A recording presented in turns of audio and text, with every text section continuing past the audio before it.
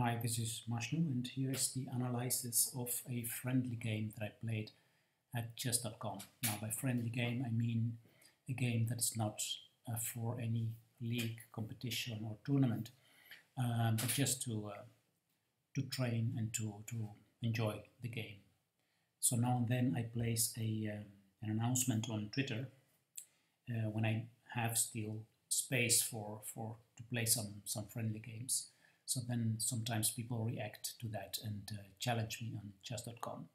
And so that's what happened here. And I decided to make a video of this game because I find it instructive.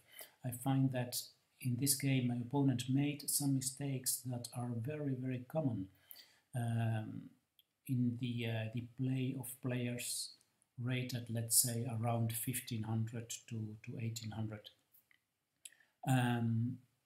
Sometimes I get messages of people asking me to make videos explaining opening theory, and I almost never do that.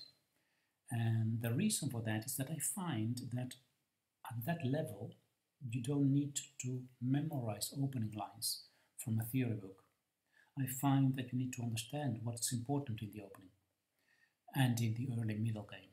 And one of the biggest mistakes, or let's say one of the most common mistakes, is that people don't pay enough attention to their development and piece activity. You see, already in the opening you have to ask yourself the question, where do I want to have my pieces and how can they work together and how can I bring them into play? Because if you don't get piece activity after the opening, you will have you won't have initiative, you won't have any chance to attack or anything. So let's have a look at this game. And I was playing white, but I'm going to turn the board around so you can watch the game from my opponent's perspective. I opened with d4, my opponent played d5. Then I played c4, the queen's gambit, and he accepted the queen's gambit. Then I continue with e4.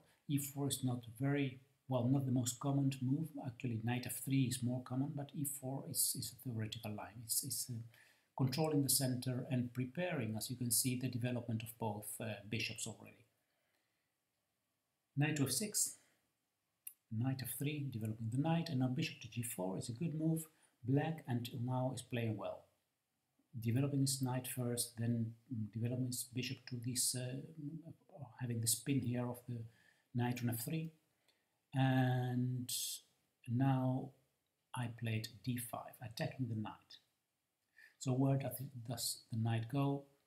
It goes to e5, threatening to capture on f3 and give white a double pawn, and also defending the c4 pawn. So until now everything is going fine. If we look at the development here, we can say that black has developed two pieces, white has developed only one, but white has also more control in the center. Two pawns in the center and ready to develop his other pieces. Black's king side is not being developed yet.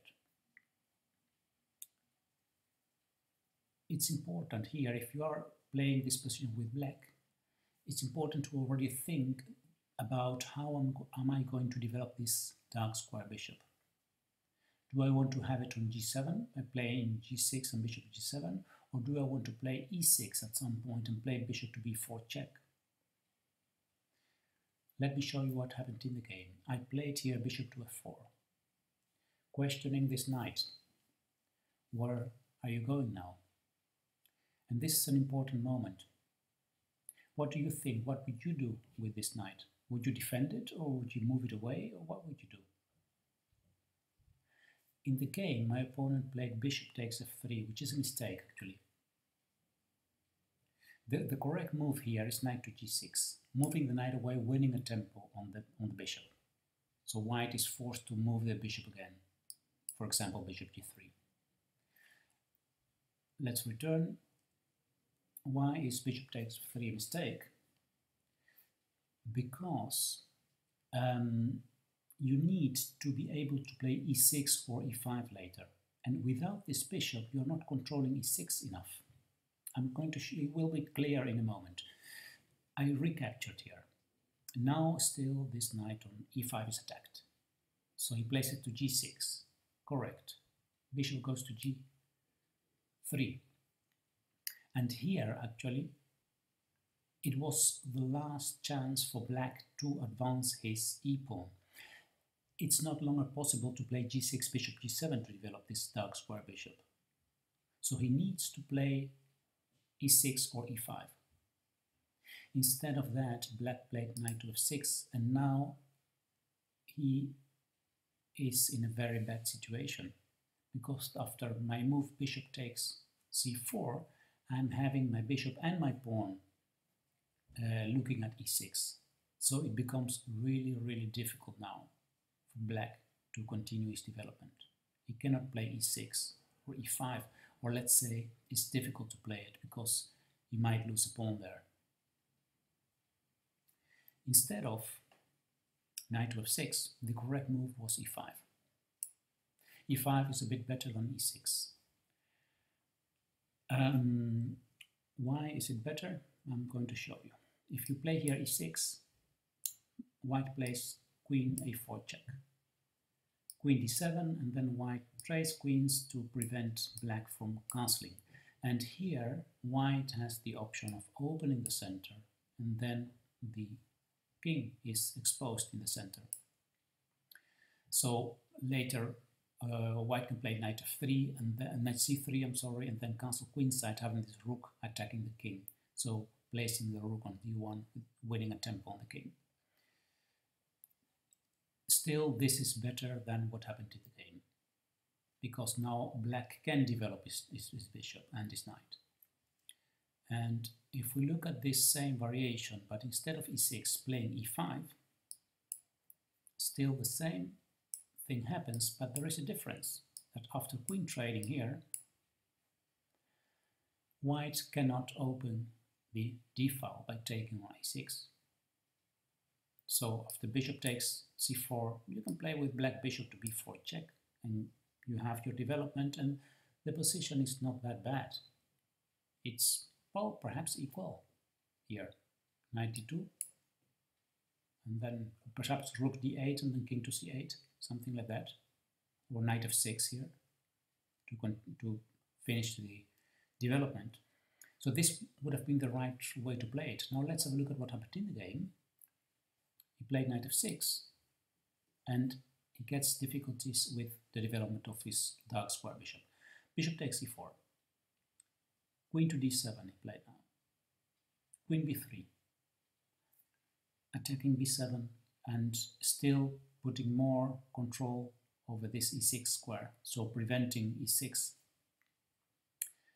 He castles queenside, which is also very, well, black needs to try something, but this is actually placing the king in a very vulnerable position here. This part of the board is, well, can be attacked. I played here knight to c3. He played a6, which is weakening the pawn structure that should defend the king.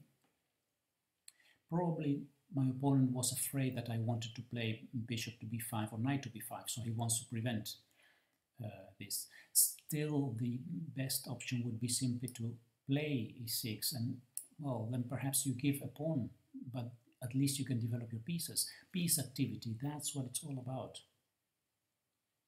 a6 played, castle queenside, knight h5, knight a4. I'm preparing an attack on the queen side here. Knight to c5 looks interesting, attacking the queen and attacking b7 twice. Already also I had started looking at possible sacrifices on a6, because this king is not very happy there on the queen side. e5 he played now. I took en passant. Queen to e7. And now rook takes d8, king takes d8. Rook d1 check. There were actually two very good moves. Queen takes b7 is good, and rook to d1 check. I decided to play rook to d1 check because I was sure that I would bring more pieces into the attack, winning a tempo. but also queen takes b7 is winning. He plays king to c8 now, and now rook to d7 is actually killing. The game continued a few moves more. Queen g5 check, king b1, knight takes g3, f takes g3. Now he took on e6, I took with the bishop, and as you can see, all my pieces are attacking the black king, and black still is not fully developed. He has only 2 pieces into play on a part of the board where not really much is happening. King to b8 was played now, and I played bishop to d5, threatening checkmate on b7. He went back to c8, attacking my rook, rook f7.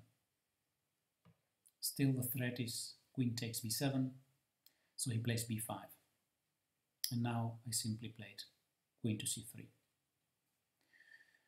The idea of queen to c3 is to play queen to c6 and threaten checkmate on a8. After bishop e7, queen to c6, my opponent resigned here.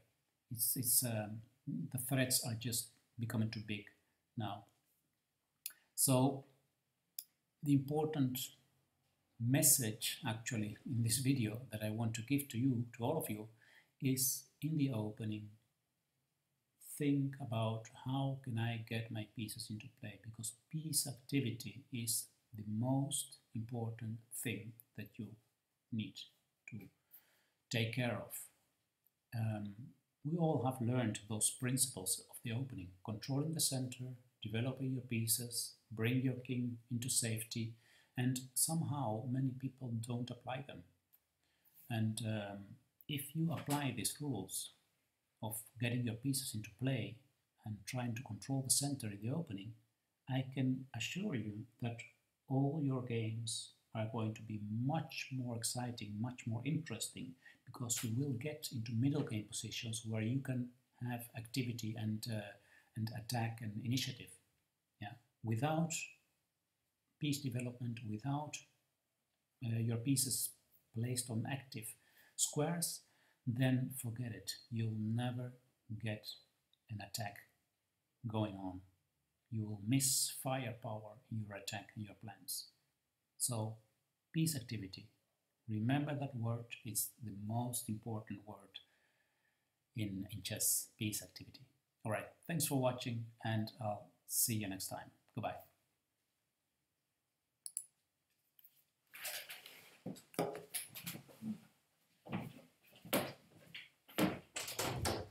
Egen glas här. Kom igen,